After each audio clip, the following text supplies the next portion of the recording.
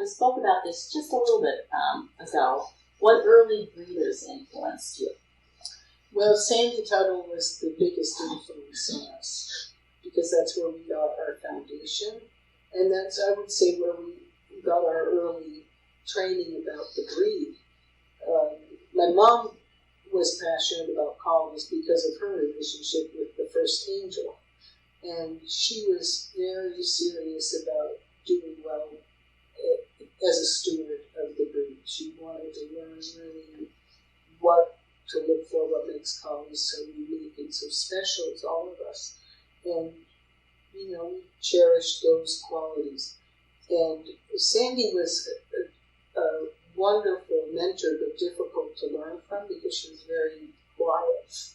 And so you have to really look carefully at her expression, you know, and if she really liked a puppy, you know, you'd see the corner of her mouth smile. And if she didn't like it, she'd just look away. Like, so we were like studying her face to watch her. Yes, to watch her.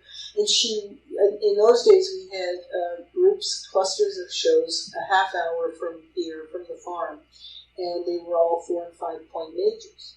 And so it drew her up here from the Bay Area, and we always tried to have an opportunity to look at our puppies with her. And that's how we learned a lot. You asked about generally our early influences. Mm-hmm. The other person was Billy Aschenbrenner, who lived north of us, south of Portland, but near enough by to come and visit also with puppies. And he was crazy about calling puppies, just loved them. Would sit on the floor and play with them and have them in his lap, and so gentle with them and so sweet with them. And always the eye for the detail, you know, does the skull have edges? Are the planes flat? Is the eye set correctly? Where is the stop? Is the whole picture pleasing? And that really influenced us a lot. He also loved sound bodies, beautiful angulation front and rear. Anything that was out of balance, you could see it in his face right away that it wasn't pleasing. But if he got that smile, he was more clear than Sandy was, you know. So both of them had the same kind of, I think, eye for collies. So we were getting a very consistent guidance in that way. And those things are still really important. Look at the baby.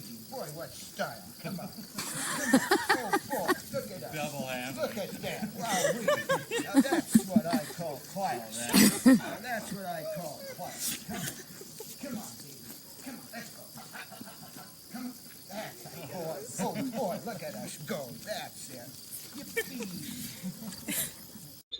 Right, and you said that books helped, and, you know, you particularly mentioned Steve Field. Yes, I mean, I wish I could have met Steve Field and talked with him in person, but I always have loved his dogs, and since I've been doing the service dog training, I feel like I've gotten to know the descendants of his work, or his family of dogs, and I love them. They're very capable, they're at ease in the world. The dogs that have paraded backgrounds, I felt, knowing what I learned from the German Shepherds, that he must have really selected for that. It's something that he valued also. And I know that he had dogs that were on a farm, that worked with animals, that lived with each other, that kind of ability to live in social groups is impressive to me. And not all different families of collies are as comfortable with that. So though I feel sort of a kinship, even though I never met him before my time. But I feel very blessed that we have such guidance in our breed, such, you know, rich background of people that have dedicated their lives to our breed and learned So I feel like I still learn so much from them. And that's what's important about what we're doing right here, is those people that may not have a mentor or may not be able to get to talk to somebody. They're getting information from you, someone with experience, somebody who's put passion and love into something, and somebody who we can actually see, look what a collie can do and what they're capable of, and maybe inspire other people to go out and bring more out of the collie the way you have. So that's invaluable about this. That's why I'm so grateful for the opportunity to do this. I thank you so much, because I think to myself, if Steve Field had had this opportunity, and I could, Tap that. yes, experience how he would answer these questions, wouldn't that be exciting? And you're making that possible for people coming along. So I'm really grateful. And we're grateful that you're part of it.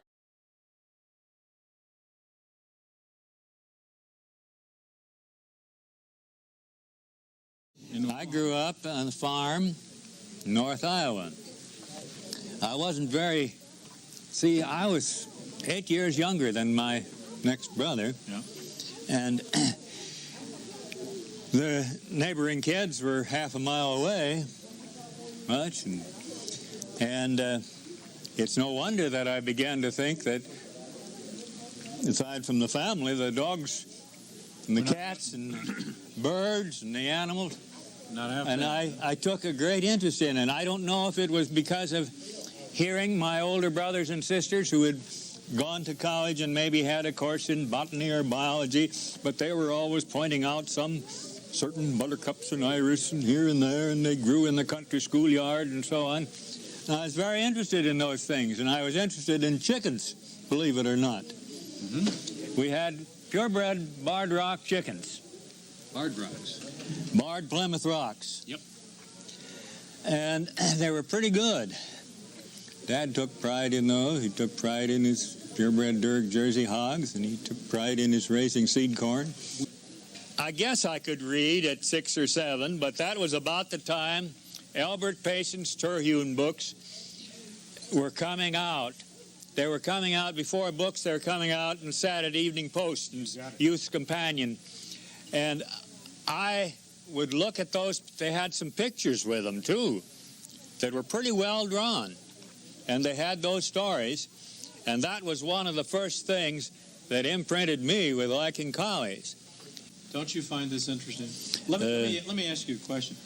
How many times as breeders, and I'm talking to our audience that's out here tonight, how many times have you talked to that first novice breeder and you say, and what's your collie's name? And they say, Old Lassie, right? And you kind of go, and you gnash your teeth, but stop and think for a second, friends, what that Lassie has done for you, for Steve, for me, for this breed of ours that'll go down through the years forever. And we have to be careful today that we don't do anything in regard to that temperament, that wonderful temperament and that wonderful beauty. What are the big talking points of a collie?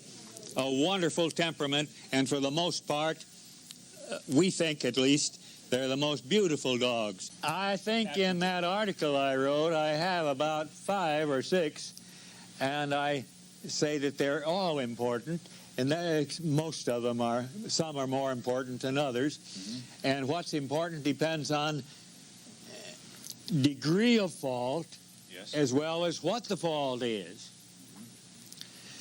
How can you say whether movement or head is more important? Well, that's an easy one to answer. They're both important, and it depends on how bad the movement is. It depends on how rough, how bad the head is. I would say expression ranks very high if you consider expression as to be not just the head, but the all-over grandeur and appearance of the dog as it comes in. Expression can be told not just by the head and the eyes there, not just by whether the ears break just right, That's important. Not just whether the skull is chiseled exactly right, not just whether the lip is down a little. It depends on the demeanor of the dog. And of course, if the tail is between the legs, that ain't good. That's not so good either.